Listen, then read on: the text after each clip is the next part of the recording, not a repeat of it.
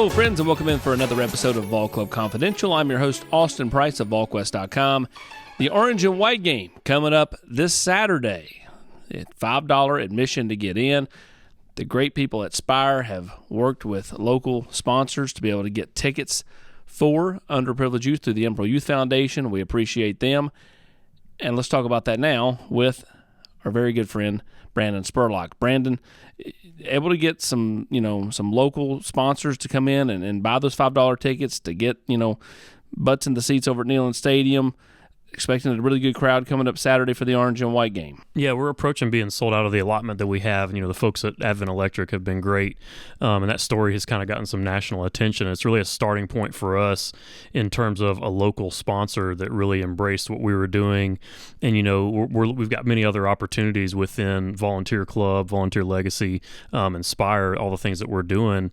I think this show, for instance, is a thing that has become a top 3 sports show in Knoxville in such a short time, just in this market, based on over 1 million views on the episodes that we've done here. So opportunities similar to what Advent has already done, within this show and within what we're doing on our website, and different promotional opportunities within there. Up over 2,400 members.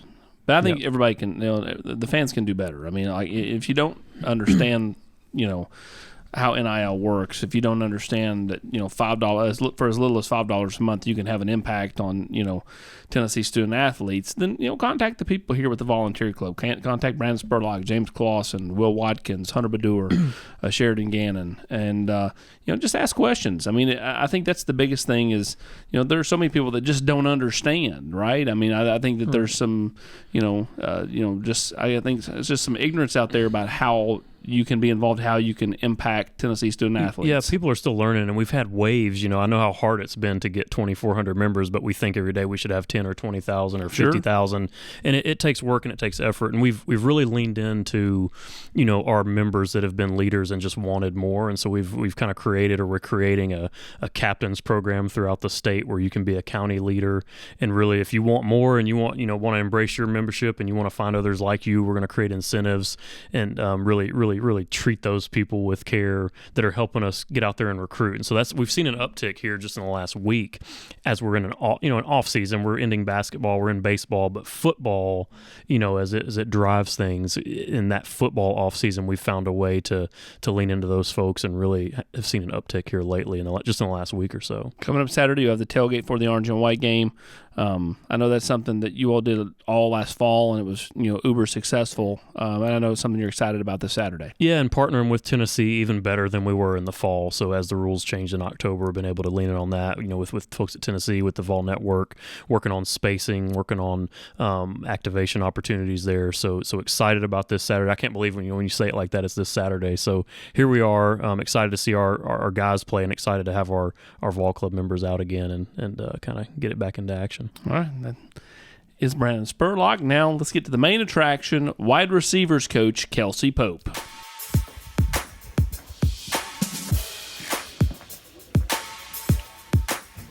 B. How you doing?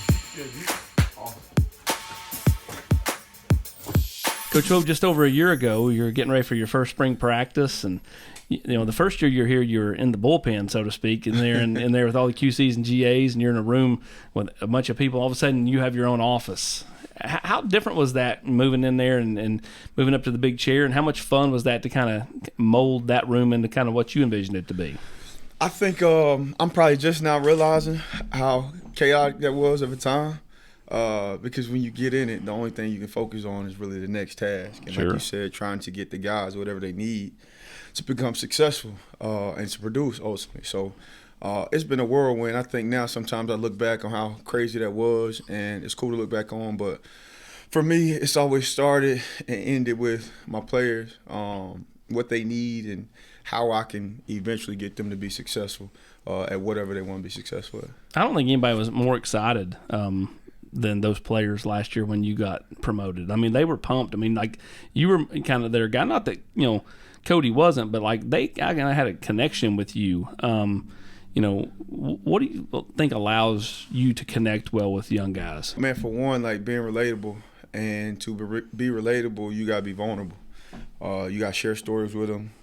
You got to share successes. You have to share failures, and you have to share those things with them. So I've always tried to be transparent with where I was in my journey, because I think it allows them to get through whatever hurdles, whatever obstacles they have. And so I think that transparency has helped me create a ton of long-lasting, genuine relationships.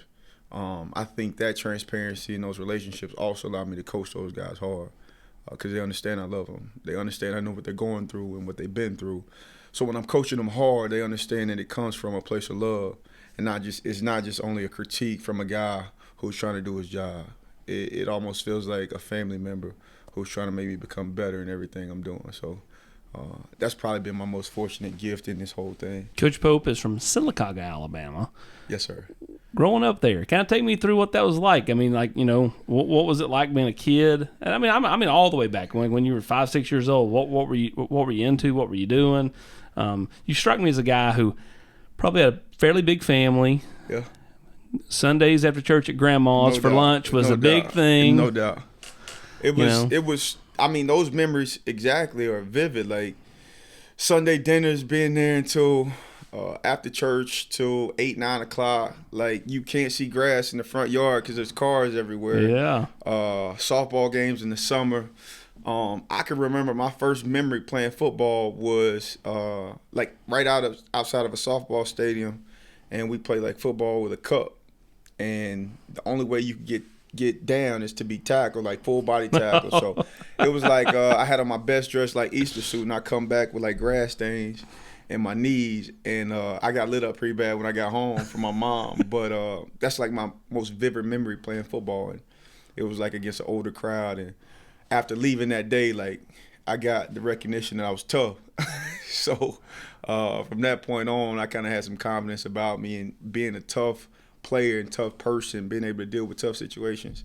I think that's always been something that was important to me. Those when you have those ingrained memories, like is there a point in time like that you can smell something and all of a sudden it just takes you right back to those all things? The time, like grass, getting on the grass, and like that instantly brings you back to the fall and football. And my favorite time of year is like August, right when it goes from summer and the temperature starts to come back down, and you wake up in the morning and the sun is coming up and it smells like football season. Like it gives you chill bumps almost on your arm. So I think those memories are vivid and will always be vivid to me.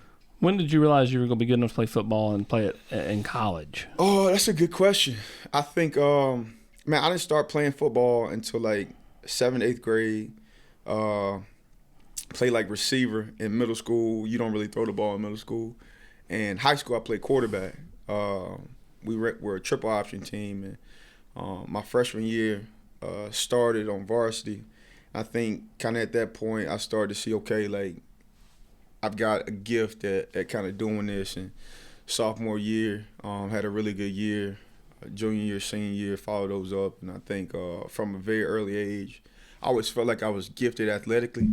I just didn't know how gifted I was because I'm from small town. Like, you only know what you're accustomed to and what you are around. I think as I start getting exposed to other guys in other regions, I could start to poke my chest out a little bit when I held my own. Sure. And so, honestly, that confidence through sports has carried me even to this day. Like, I feel comfortable going in a bunch of rooms, even if I start out, unfamiliar or something like that. I think eventually, the confidence that I had growing up, working through situations and working through issues, I think it still sticks with me today. Do you think that helps you as a recruiter from a standpoint of being able to go in different rooms and different areas? And I mean, I think, to be a chameleon as a recruiter is the best compliment you can get, because, I mean, you can go into, backwoods, you can go in the inner city, you can kind of relate to everybody. I think you have to be confident. Like, recruiting, especially at this level, is like dog eat dog. I think for me, my biggest trait in recruiting has been I could go from Wall Street to Martin Luther King Street, right? Like, I went to a private liberal arts college. I grew up in a tough area where things weren't handed to you, and where you had to be who you say you are. And so I think one thing that holds true no matter what kind of living room you go into or what demographic or background, I think you have to be who you say you are. I think you got to be genuine. And I think you have to be interested.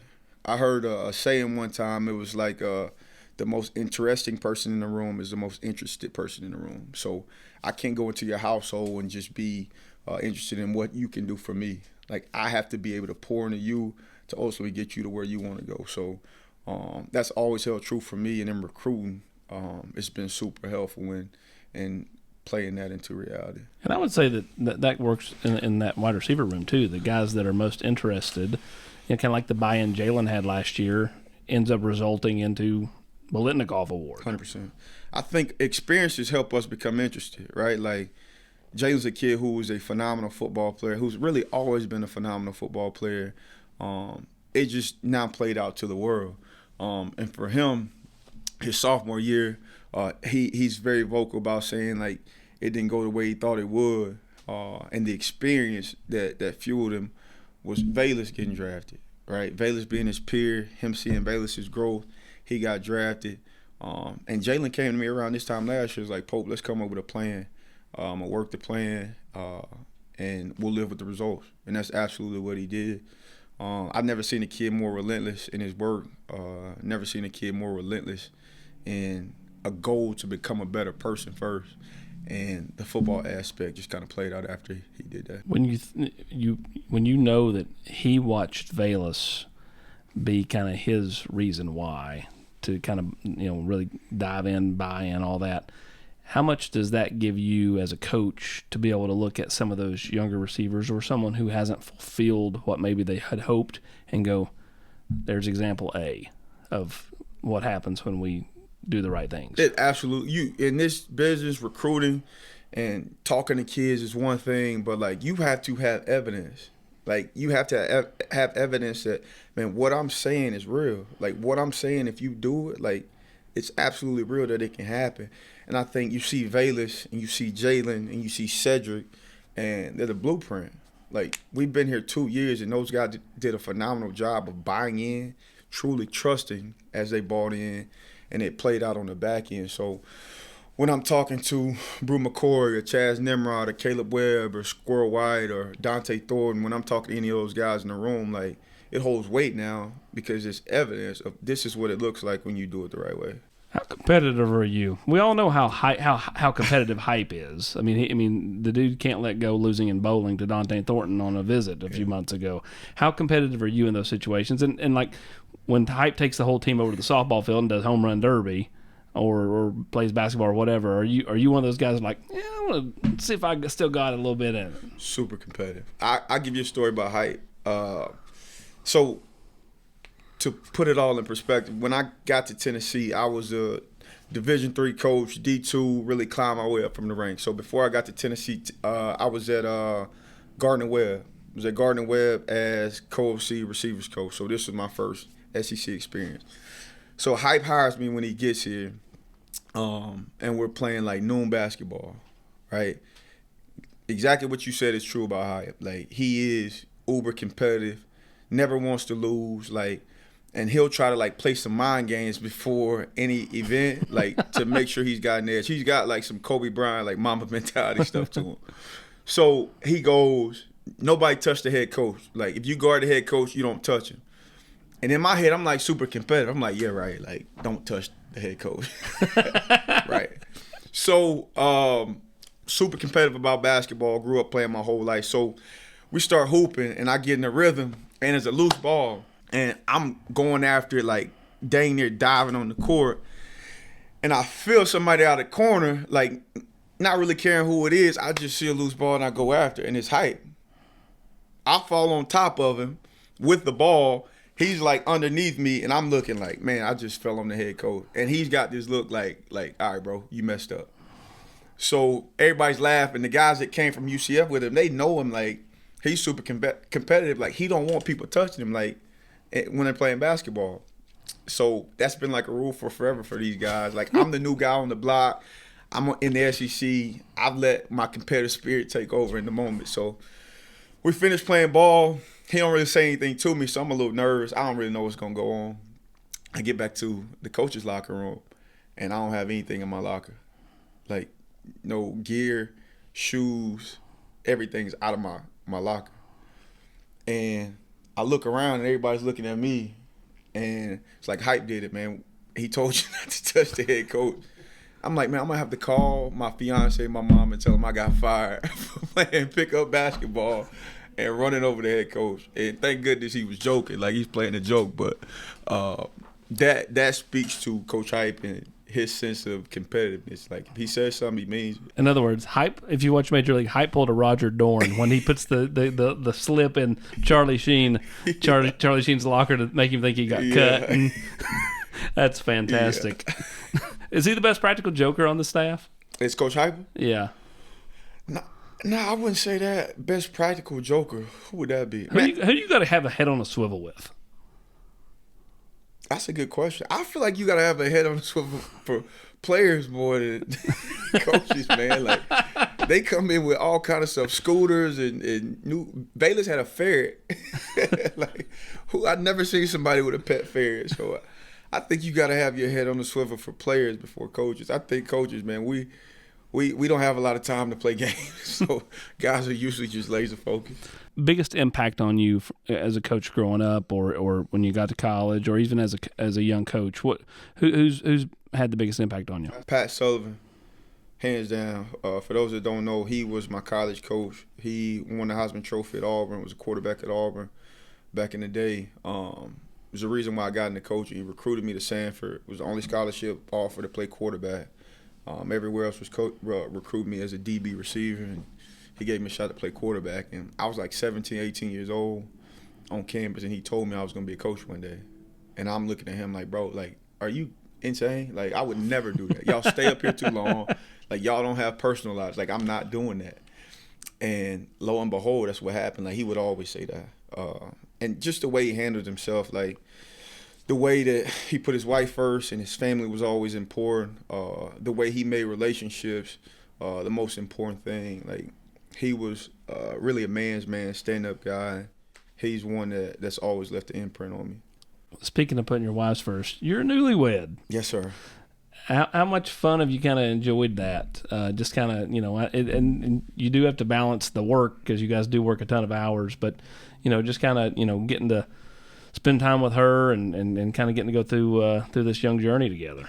It's been awesome, and I'm fortunate because she understands, like, the lifestyle. She understands the time commitment that I have to give to these She players. understood going in. Correct. I actually met her. I was a young coach, still a young coach. It was a couple of years ago at Tennessee Tech. I was there, and she was, like, in the recruiting office at UGA, and I was there networking, seeing some old coaches that I had kept in contact with, and we met there. So she had been in the business and kind of understands, what it takes. She's got a heart for the kids, bigger heart than I do. I'm super fortunate in that regard because she gets the recruiting. She understands why the relationships are important to me. And she understands why I want her around so much. Because I think you mentioned it, man, the role model piece is, like, super important. Like, I want these guys to have a positive role model, not only on the field, but, like, what it's like to be a husband, what it's like to be a father. I think those things are critical to have a blueprint and a prime example that is tangible and that you can touch daily and talk to daily. I think that's extremely important. She's phenomenal at, being supportive for me and also for the players and the parents as well. She does an incredible job. So you also have your first kid on the way. Sir. I remember when we found out we were pregnant with our first, like, couldn't tell anybody, but we do our Rivalry Thursday games on Thursday night, and Madison Hawk's her name now. She actually works for Valley Sports. She covers the Pelicans and the Texas Rangers, working NBA and MLB.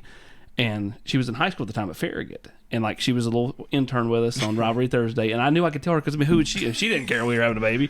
So I told her, and, like, was there that moment for you where you, like, you knew you couldn't tell anybody, but, like, you just had to, like, express how excited you were? Yeah, I called my twin brother and told him. He actually coaches D-line in Memphis, but he's the first one I told. Actually, her sister was the first one we told. She was on FaceTime, and we just couldn't hold it in. And so we told her sister, and then I called and told my brother. How different is it telling family members versus telling your players? Because I know they're excited for you too. And so, like, is it the exact same, or is it a different type of feeling, different type of reaction? It felt very similar. For the players, they just excited because they're uncles now. Like, they talking about, man, I hope it's a girl, so on prom we can do this. I'm like, bro, relax. Like, relax. It's prom. Yeah, that's only no doubt. That's only 16 years from now. They're 15 years ahead.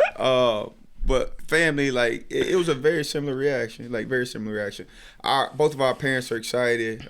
Siblings, brothers, sisters are excited. So it's a blessing for sure, and we're in a unique situation, and we got all the faith in the world that, you know, our support system, everybody will help us as much as they can, because it takes a village. So. Yeah, no doubt about that. Yeah. Grandparents, get ready. Better athlete, you or your brother? Man, him. That's good, but see, I like that. I like the honesty. Yeah, him. What made him the better athlete? I think he played multiple positions. He was more versatile. He was 6'2", 230, 245, so he could play tight end and linebacker.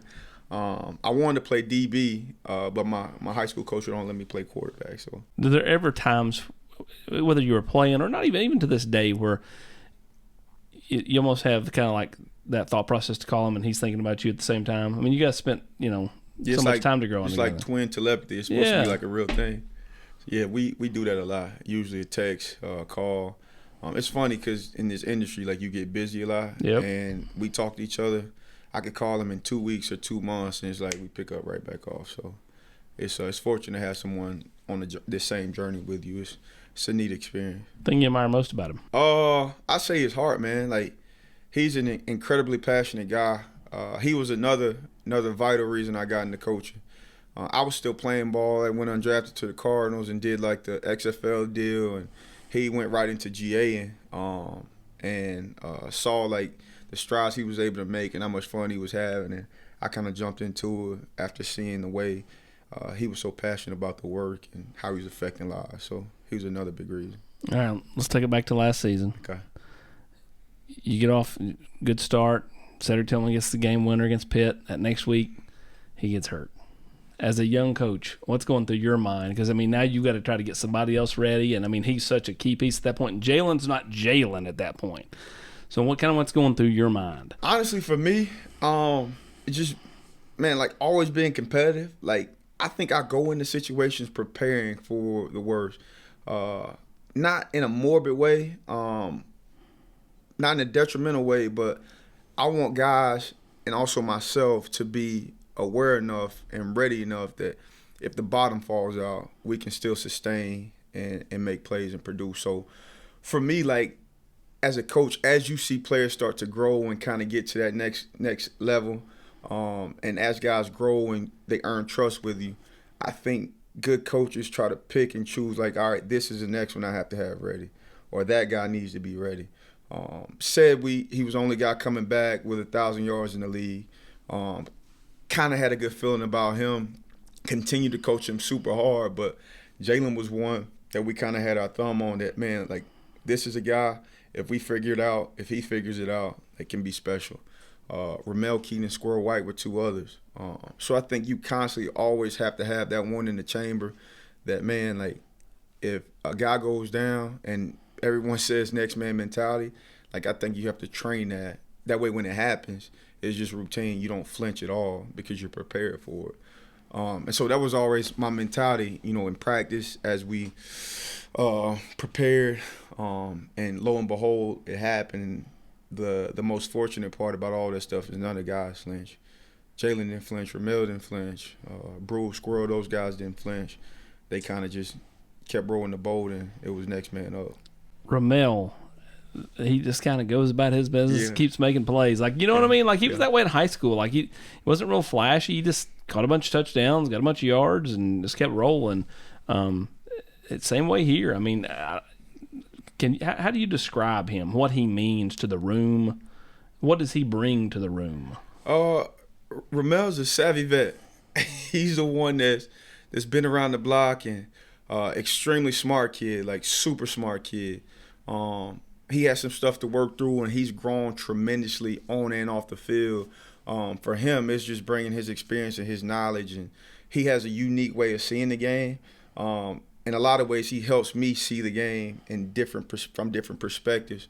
But he's a savvy vet, man, like super savvy, and the guys really look up to him and look forward to, bouncing ideas and things like that off of him. At what point last year were you most proud?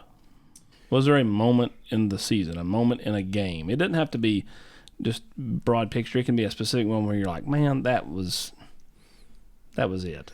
I was super proud at the end of it all. Like, I was super proud right after the Orange Bowl, just thinking about everything we overcame. Like, you think about that Florida game, and Cedric Tillman said it before the game, man, like, this is the biggest game that, we've had in Knoxville in 15, 20 years, right? And my response to that was, this is unique, right? This is a huge game. But if you treat this game the right way and you prepare the right way, like, then it'll sustain itself, and every game the rest of the year will be a big game, the biggest game that you've had in Knoxville. Or you can't handle it the right way, you don't prepare the right way, and it's prom night. It's one and done. And those guys heard that and did it. Bama heard that and did it. Kentucky game was huge. Like they played in a ton of huge games last year. And the cool thing was that, like, I don't think those moments were too big for them. Those guys stayed in it. They were even killed, and that's why you have the season you have. I think it takes a bunch of mental fortitude to get in new situations and continue to grow. I think it's human nature for you to get in new situations, and there's some lacks, and you have a hard time figuring it out. But those guys just always, man, rose to the level of play of whoever was next. And to me, it's a lot like life. Like, you don't get a lot of opportunities to advance your careers, or you don't get a lot of opportunities to reach your goals and your dreams. But when you do, you want to make sure that you have people around you and you're in an environment that can cultivate growth and the pursuit of growth. So I feel like those guys pursued it every single week. And I think at the end of it, man, that's what made me most proud. Everybody will point to that Alabama game, but I thought the two plays in that Florida game at the end of the half, obviously the diving catch by Ramel, but then the sliding catch by Brew, whereas two of as big of plays in the season that, once you got past that Florida game, then it was easier to go to LSU. And those games build more confidence. Now, when I'm in that situation again, like, I'm not thinking it's routine. It just begins to become muscle memory almost. So it was good. It was really cool to see those guys grow. This spring, you've got some young guys going through. Brew's not out there, and who do you feel like is kind of, I won't say is like Jalen, because I don't think that's fair, right? But who do you feel like has really kind of honed their focus, wanting to take that next step, being hungry to make a move? I think a bunch of guys in a lot of different ways have done that. I think Caleb Webb is one that stands out. Chaz Nimrod is one that stands out. Squirrel obviously works his butt off every single day. Dante Thornton has been an incredible addition to the room. Nathan Leacock, true freshman, just came off a really good scrimmage. So I think in a lot of different ways, it's hard to say who's going to have this jump or who's going to improve here. I think that's a part of the journey. You just got to continue to go and force guys to continue to compete and get better. But there's been some bright spots out of a bunch of guys. Some social media questions for you. Do you have any hidden talents? I don't. No singing, no dancing. I don't do video games.